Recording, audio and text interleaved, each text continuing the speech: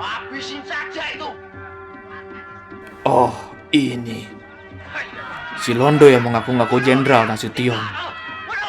Londo keturunan penjajah tidak tahu diri.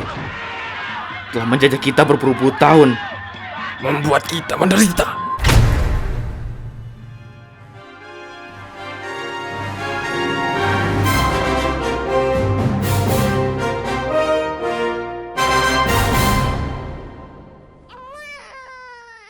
Cuaca pagi di kota Batavia, 21 Februari 1939.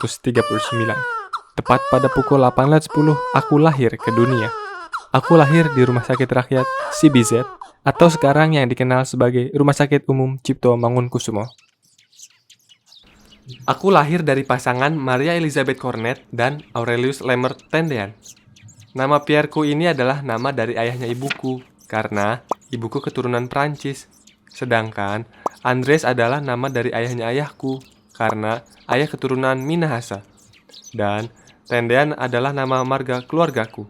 Jadi, namaku adalah Pierre Andreas Tendean. Oh iya, nama Pierre punya makna kuat bagaikan batu. Ya, sama seperti kisah hidupku ini, yang kuat menjalani kerasnya kehidupan. Sejak kecil, hidupku memang sering berpindah-pindah karena mengikuti ayah yang bekerja sebagai dokter. Usiaku baru menginjak 3 tahun saat aku berada di Tasikmalaya. Rumah yang dikelilingi gunung, sawah, dan banyak ditumbuhi pohon ceri dan murbei.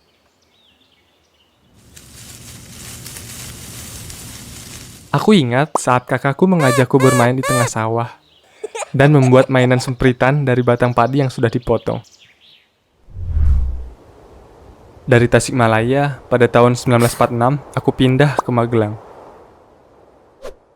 Dan sekolah di Sekolah Rakyat Boton, atau yang sekarang telah berubah menjadi SD Negeri Magelang 6. Aku pribadi memiliki banyak teman dan suka menolong, serta tidak membeda-bedakan teman. Wow. Tak jarang, aku juga sering membantu ibu menanami tanah di halaman rumah belakang, dengan singkong, pepaya, dan ubi-ubian. Aku teringat pada suatu malam ada satu hal yang dinantikan olehku dan kedua saudariku, yaitu kerap mendengar suara ketukan pintu.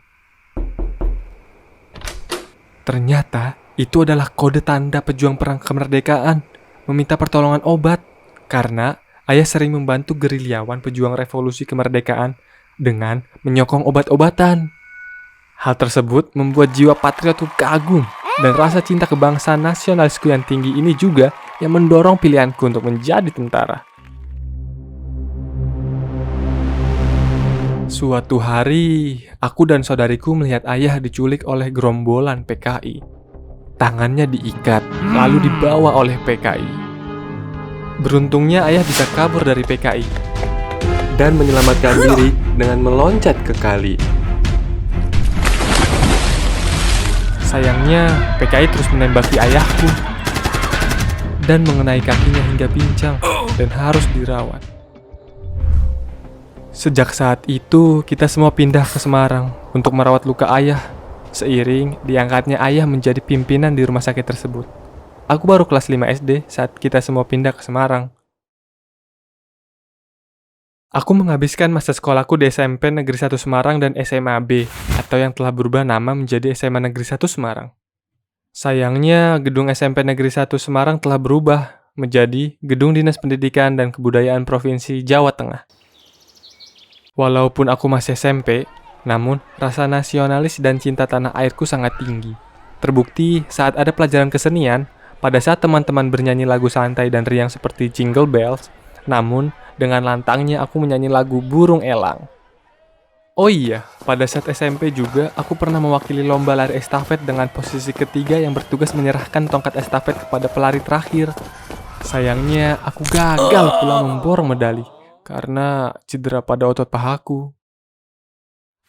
Sejak SMP dan SMA pula, aku unggul dalam pelajaran aljabar, ilmu ukur, dan bahasa Inggris.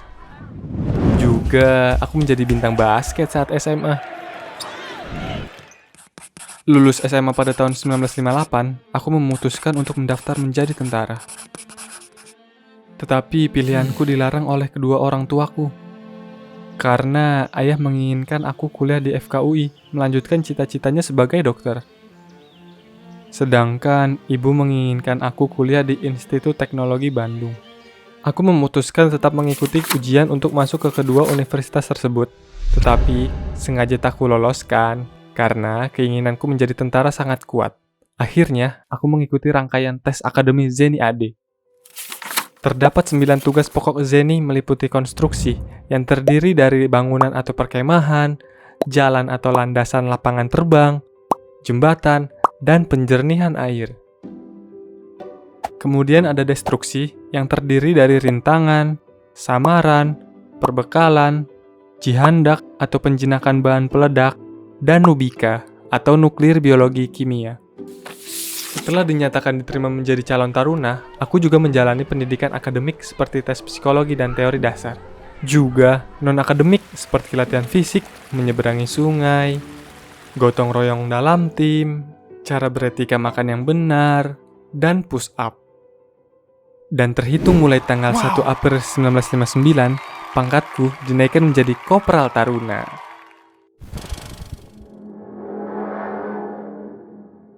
Pada tahun 1949, sedang terjadi peristiwa pemberontakan yang dinamakan PRRI atau Permesta.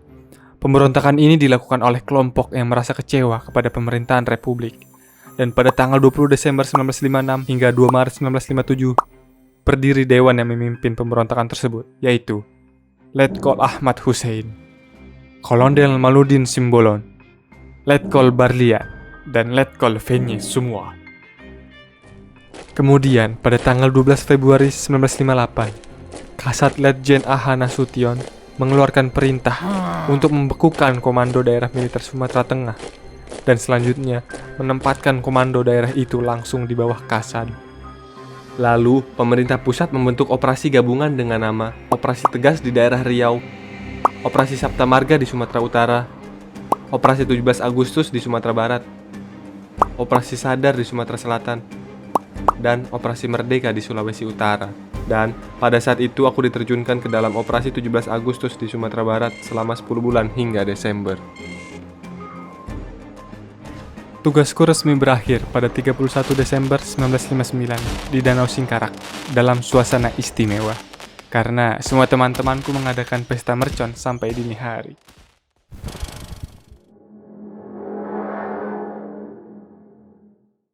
Tahun 1961, aku terpilih menjadi komandan Batalion Korps Taruna Remaja.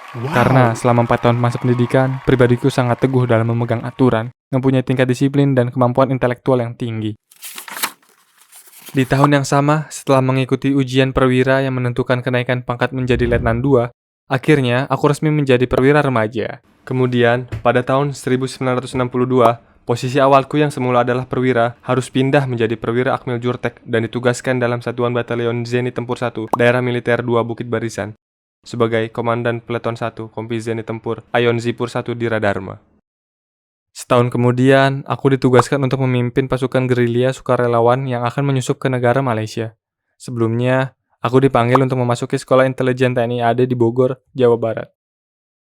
Dalam masa tugas tahun, aku telah 3 kali berhasil menyusup ke daratan Malaysia. Pertama, aku menyamar sebagai turis dan dapat berbelanja di toko-toko membeli raket Dunlop, jam tangan, rokok Commodores untuk ayah, dan jaket merah untuk kakakku, Mitzi.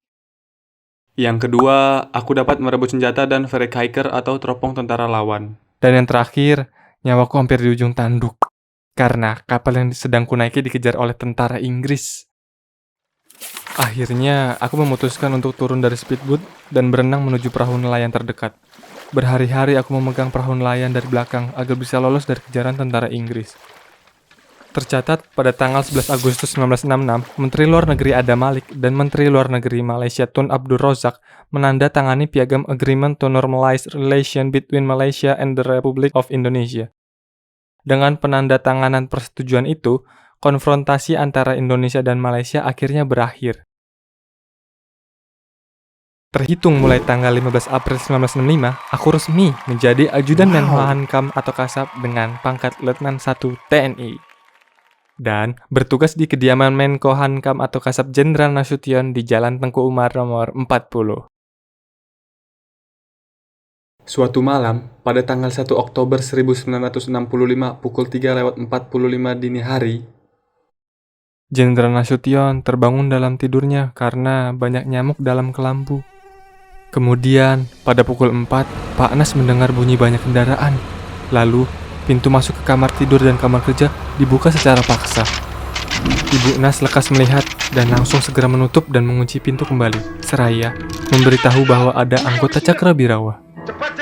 Di saat yang bersamaan, Mardiah, adik kandung Pak Nas, karena gugup dan belum mengenal situasi, ia malah membuka pintu di mana anggota Cakrabirawa sudah menunggu.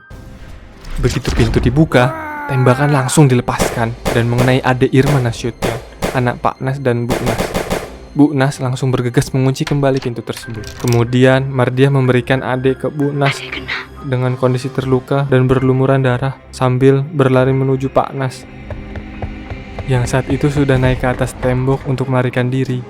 Pak Nas berniat turun untuk melawan, tetapi Bu Nas melarang. Kemudian disuruh pergilah Pak Nas menyelamatkan diri. Di waktu yang bersamaan juga, aku langsung bergegas menghadapi pasukan Cakrabirawa, dan mereka menanyakan keberadaan Pak Nas. Saat itu, yang terucap dari mulutku adalah, "Saya Ajudan Nasution."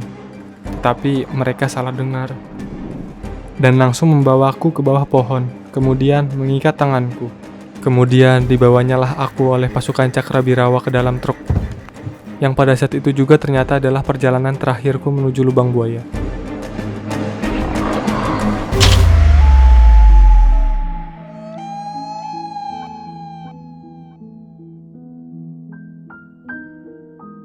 Sungguh, memori yang akan kukenang sepanjang hidupku. Terima kasih. Terima kasih ayah, ibu, kakakku, adikku, dan rekan-rekan seperjuanganku semua. Aku izin pamit dari dunia ini. Letu Pierre Andries Tendean kini dimakamkan di Taman Makam Pahlawan Kalibata bersama ke-6 pahlawan lainnya.